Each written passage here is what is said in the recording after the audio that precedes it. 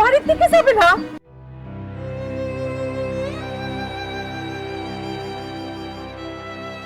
আমু, জি। তোমার মামার বাড়ি থেকে খবর পাঠিয়েছে রসুলকে ফিরে যেতে হবে। রসুল চলে যাবে? এখন তো যেতেই হবে, তোর মামাদের নাকি ওকে খুব দরকার। শোনো, বলেন। তোমার সাথে আমার একটা জরুরি কথা আছে। বলেন। তুমি মাকে একটু বোঝাও। দেখো, এ বাড়িতে থেকে ব্যবসা জমি জমার কোনো কিছুর উন্নতি হবে না। তাছাড়া তুমি নিজে চোখে তো দেখতে পাচ্ছ এখানে জায়গা কত কম। তাছাড়া দুদিন বাদে ছোট ভাইটার বিয়ে হবে, তখন ওর জন্য তো একটা ঘর লাগবে। তাছাড়া শহরের কাছাকাছি থাকলে সব দিক দিয়ে সুবিধে। আচ্ছা ঠিক আছে, আমি মারে বোঝাই বলবো। শুনেন, ওই বাড়িটুতে কি একবার যাওয়া যায়, একবার দেখা যায়? কেন যাবে না? অবশ্য এখনো অনেক কিছু ঠিকঠাক করতে হবে, তবে চাইলে তো দেখা যেতেই পারে। যত দ্রুত সম্ভব দেখে এসো। ঠিক আছে, তাহলে কাল সকাল সকাল রসুল রেদিয়ার নাম করে বাড়িটা একটাবার দেখে আসবো। আরেকটা কথা, এই সিদ্ধান্তে তোমার মত আছে তো?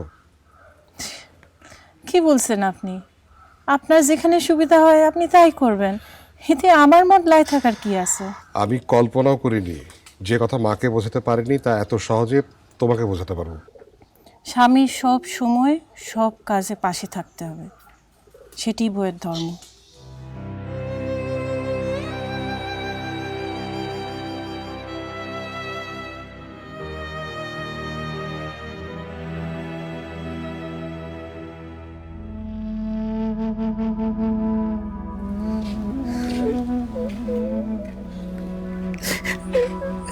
দাদা, আমরা তাহলে রসুলকে নিয়ে রওনা হই। না না না না না, সালাম করা লাগবে না। শোনো, তুমি তো এখন পথঘাট সব চিনিয়ে গেছো।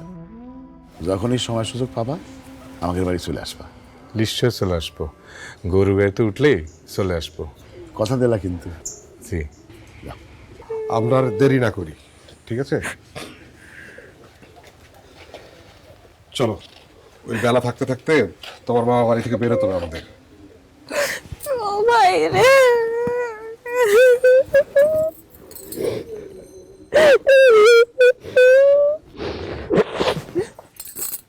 শোন, সাতনানে যাবি, খাওয়া দাওয়া করবি, আর মন দিয়ে পড়বি, বুঝে দেখা যাবে। বুঝি, তুমি চিন্তা করো না।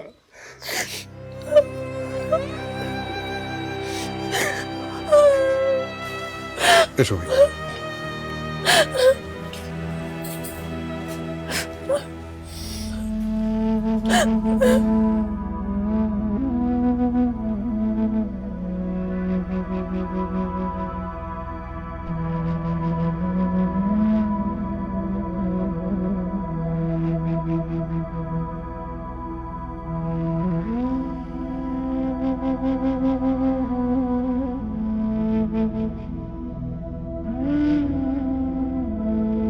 আপনি এত দেরি করলেন কেন? এই তো ভাবি, আসতে একটু দেরি হয়ে গেল। আর একটু দেরি হলে তো কিছু করবার ছিল না। আসেন, জুনি আপনার জন্য বসে রয়েছে। বাড়িতে সবাই আছে?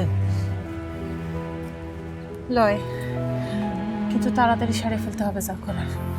আপনি আসেন।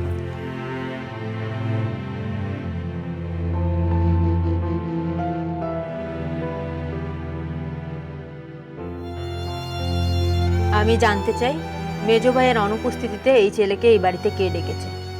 আমি ডেকেছি। তুমি ডেকেছো?